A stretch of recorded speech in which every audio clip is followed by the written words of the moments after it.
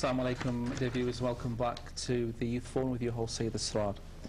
In this last segment of the programme, we have two very special guests which I would like you to introduce. The first guest on my immediate right is Syed Ali Raza Jan Kazmi, the son of the famous Jan Ali Kazmi, renowned speaker, world speaker.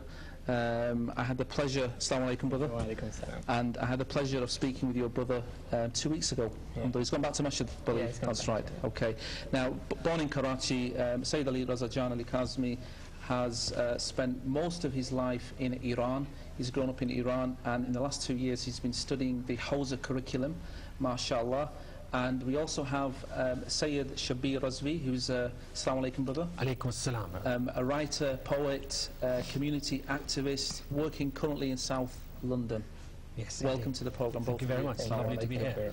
And in this programme, inshallah, this last segment, we're going to discuss a very important debate, because the Sayyid has come all the way from Iran, and we would like to take this opportunity to benefit from his studies, inshallah.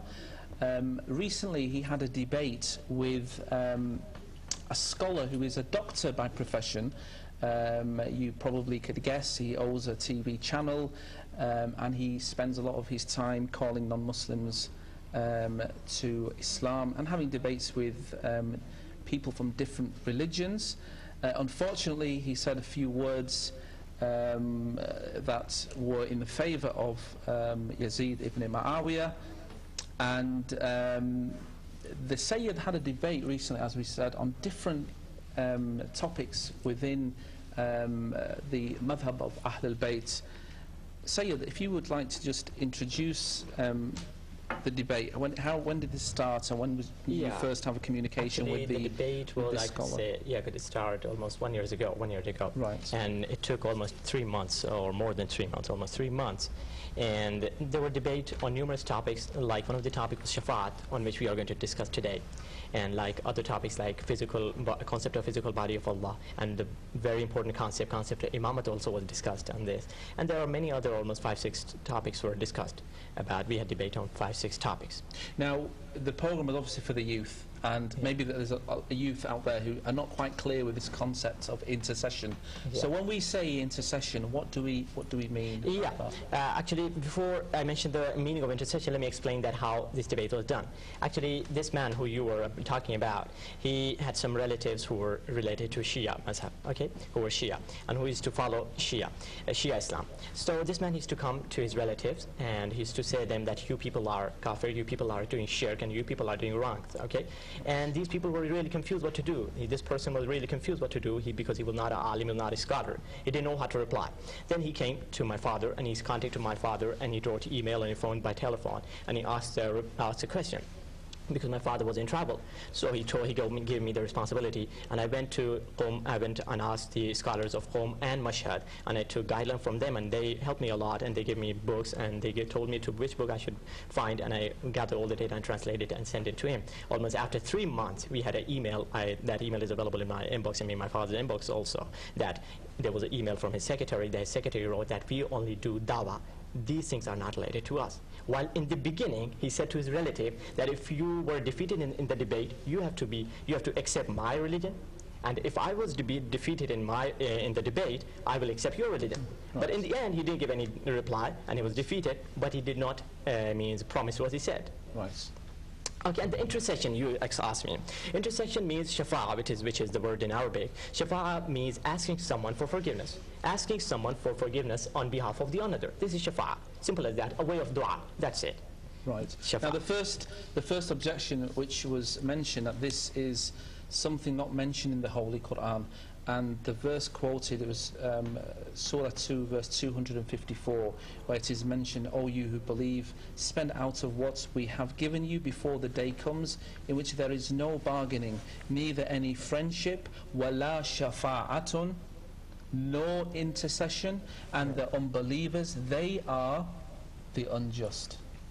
So it is mentioned in this verse that Allah subhanahu wa ta'ala has it's exclusive. This power of shafa'a intercession is exclusive to Allah subhanahu wa ta'ala. So I guess this was the first kind of correspondence that you got, or the question that was, or objection posed to you. So how did you answer? Yeah, it's clearly objection that he said shafaat is only related to Allah, not anybody else. Because, you know, mostly every time, denial of intercession, denial of shafaat, they say that shafaat is only related to God, not anybody else. Prophet, peace be upon him, cannot do shafaat. And Allah, our Prophet cannot do shafaat, only shafaat is related to God. Actually, my brother, if you want to do research on any topic, this doesn't mean that you read one verse from Quran, he said that Quran is saying about this topic this. If you want to do research on any topic, you have to go and trace out and derive all the verses regarding this topic. For example, if you want to do research on dua, on supplication, you have to read all the verses regarding dua. And then you can come to conclusion that what Allah Almighty, what is Quran's views regarding dua. In the same way, if you want to do research on shafa'a, you have to go and find out all the verses regarding shafa'a.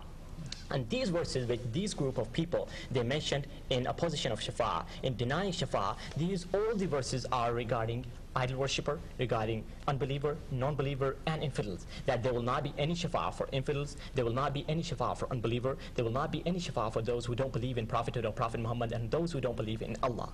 Not for those people who are Muslims. Now what is interesting, if my memory serves me correctly, about 2 years ago this question was posed to him on an interview, and he actually mentioned, the scholar that you're mentioning, that the word shafa'a isn't even mentioned in the Holy Quran. No, many times shafa'a is mentioned. And I specifically remember this question was posed, and this was the reply that he gave, which is interesting. But anyway, carry on. And if you want to do in shafaat, similarly, there are many verses which are saying that shafaat is correct. But shafaat is correct for mu'mineen, and shafaat is for muslimin, not anyone. Like shafaat, like for example, if an unbeliever comes in the day of judgment and asks help from idols, from those people who he used to believe, so they are not going to help them anyway. And there is no shafaat, there is no intercession for him. Because you mentioned there's some verses here that, and it says in Surah 74 verse 46, and we used to call the day of judgment a lie, and then till death overtook us, so the intercession of intercessors shall not avail them. Yeah, as you know, in the beginning of this verse, kunna nukazzibu bid-din, it's written, yeah? Yes. It means these verses are regarding those people who were denial of Prophet, peace be upon him. They used to yukazzibun bid-din, they used to deny the resurrection. The liars. Yeah, they were liar, and there is no shafa'a for them. It's clearly mentioned in the verse of Quran. The second verse, the first objection that was actually made and was sent to you in this correspondence, brother, I think you're going to... Yes, I think there were a whole host of objections, as you know, that were raised in the sort of email communication that one had in this instance. And an interesting sort of objection which was raised, and this is perhaps I would inquire how you sort of dealt with it, was that shafa'at is only related to prophets, not anyone else. What I think they're trying to say that anyone else who's a secondary associate of prophet may not be able to do shafa'at on behalf of anyone who does request that shafa'at. Perhaps you might be able to elaborate on that particular issue. Actually, there are many proofs in Quran which are saying shafa'at is allowed, intercession is allowed. Like in Quran in Surah Baqarah, Surah number 2, verse number 255, you will find Ayatul Kursi. Everybody knows Ayatul Kursi. Bismillah ar-Rahman ar-Rahim. Allahu la ilaha illa huwa al-hayyul qayyum la takhuzuhu sinatun wa la nawm man dhal ladhi yashfa'u illa bi'ithnih. Who is the one who intercedes by the permission of God? It means shafa'a means intercession is allowed for people who have received the permission by God. It's not for everyone. Like in this verse, I want to mention some points. Like there are two words in Arabic you have to pay attention to. One is izn and other is man. In this verse, if you think in this word deeply, there's no need of going in the tafasir and here and go deeply. If you just examine and see what the translation of verse is trying to say, you'll find what does izn mean. Izn means permission. Izn is a word of Arabic and it means permission. And this word doesn't only means include the prophet. This is so vast and expanded and wide verse that even includes anyone who's given the permission by God. As there's word of man used. Man means whoever is given the permission. Okay, whoever is given the permission, he could do shafa'at by the order of God only. And second point that I could mention here, there isn't any one verse, there isn't only one verse in Quran, there are many verses, like in Surah Saba, Surah number 34 and verse number 23. وَلَا تَنْفَعُ الشَّفَاعَةُ عِنْدَهُ إِلَّا لِمَنْ أَذِنَ لَهُ. Shafa'at, Allah Almighty is saying, shafa'at will not give them any benefit